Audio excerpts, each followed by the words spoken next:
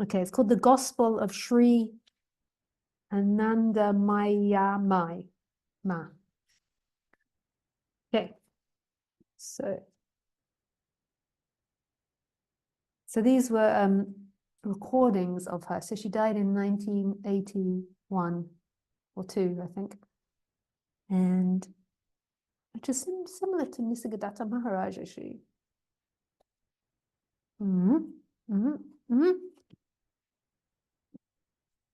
How to read this book? Nope.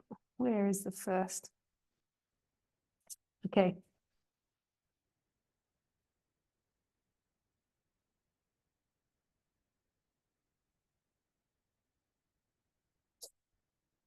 So I'll just read a little paragraph from it. When someone disapproves of something we have done, God appears in the form of that disapproval, as if in that disapproval it is that, oh gosh, this is going to be hard for me to read. Not hard because of my dyslexia, but because of the way it's written.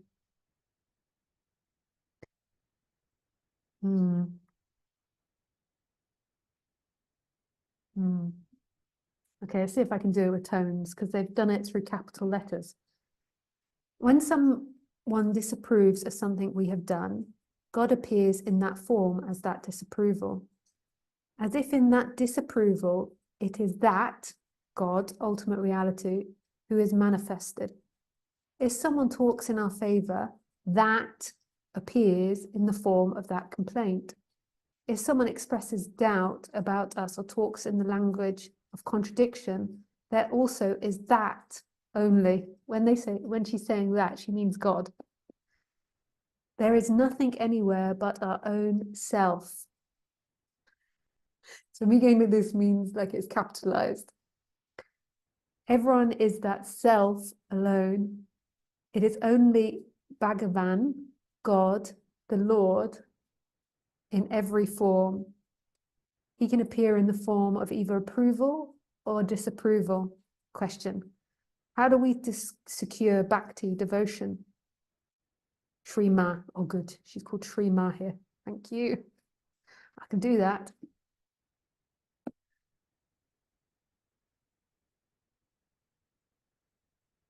Go and sit under the tree.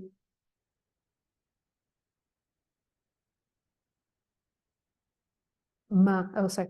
Go and sit under the tree, and then it's in brackets. Ma often refers to great souls or gurus as trees under which we should sit and receive truth.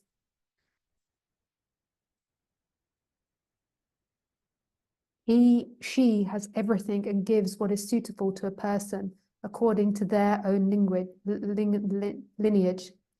This great godly person will give you what you need.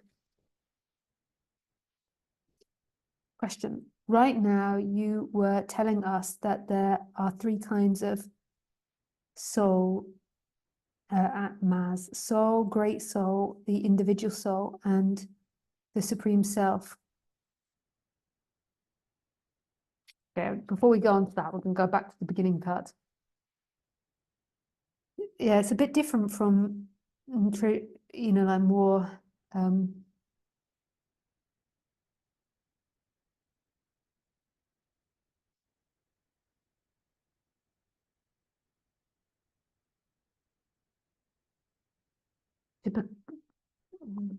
typical non-duality. Like it's evolved and we speak about it in a different way. But so when someone disapproves of what we've done, God appears in that form as disapproval, as if that disapproval is that who is manifested. So basically what she's saying, which maybe you can already decipher, is that if someone disapproves of you, if someone speaks about you badly, if someone comments negatively on you, all of it is God. That's so profound, and we take that so lightheartedly in the non-dual circuit. You know, we hear all these things, it's all God, but that is really profound. Every criticism about you, everything that's ever hurt you, everything that's you love, is God. This is so radically different from Western thinking. You know, you can see why it takes so much offense. And this isn't said lightly, you know, I've been on the internet sharing this for 13 years this year, for 13 years. And, I can tell you, I've had some intense stuff come from speaking on the internet about this. And I've been through all the stages of the internet's growth. So when I first started speaking, it was a lot more unregulated. So there was a lot more abuse, but as it got more regulated, a lot of that was weaved out. And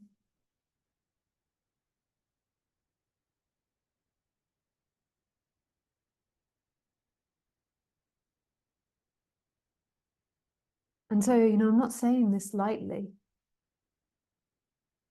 I'm not saying this from some form of privilege. I recognize there is privilege in my existence, but I'm not saying it from that perspective. Like, I know what it's been like to be deeply criticized, to have death threats, to have all types of crazy stuff come at you from the internet. And I too stand by it that everything is God. The good, the bad, the ugly. Everything is a reflection of God. Everything is love. Even those death threats. And this is where, non-duality isn't therapy. It's not about you learning that. It's about you seeing it for yourself. Where is speaking arising from? Where is looking arising from? How does the hand move? How do the lungs breathe, the mind think? When you really investigate the nature of self and tell the truth, you see that there is nobody expressing. This is God's divine play. And it comes in opposites. So it comes in people being abusive, people being nice, people being disapproving. And it's not about allowing people to be really awful people, and allowing it, people away with being abusive. We're not talking about the consequences of what their actions be. It's this recognition, and that's the freedom. That their action is from God, not from a them. When you think it's a them, then you'll want to punish them, you'll want to get revenge, you'll want to do things. There's nothing wrong with doing things, that's natural, but it's a seeking, fearful, avoiding. Everything is God.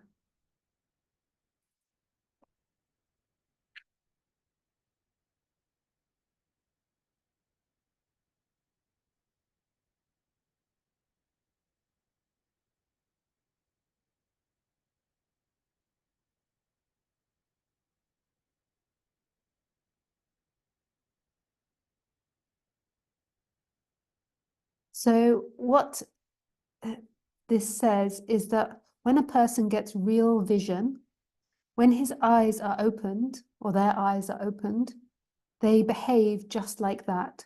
Whatever they look at with those eyes, they see God only. They see that God sees that God has come to them in that form with that name, and they start repeating that very name. That is what happened to that Ma. What should we think about them? We should think that he has achieved the particular state in which God was visible to him in every place, in everything, in every form, and in every time. Question. So he even sees bad things as God, Ma? Yes, Shri Ma. Yes, there is nothing but him.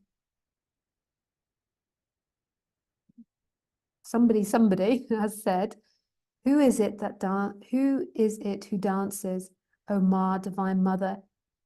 It is only you who dances. This body has not read this, but she has heard.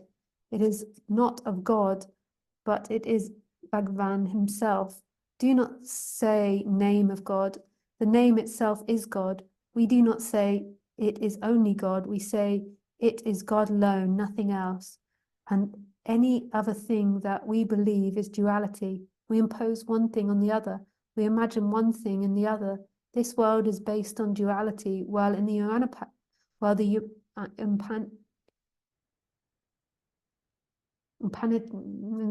can't say the word now, says God is one, there is no second.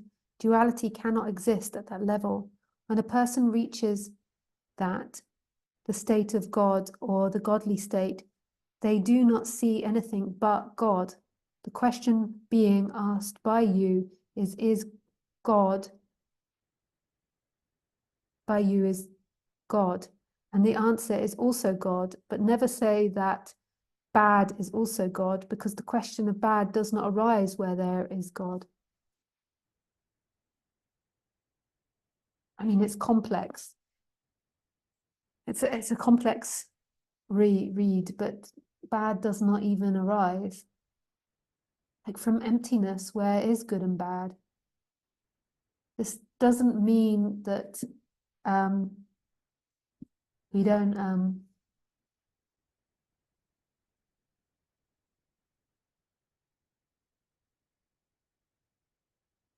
hold people accountable. This is what people's biggest issue is, that that's something that will happen. It's internally knowing there is nothing bad. That doesn't mean if someone doesn't steal your money, there's not an expression of anger or suing them or whatever it is, but it's not seen as bad, it's seen as the divine play internally, which is such a different experience. It's emptiness moving in different forms, not good nor bad.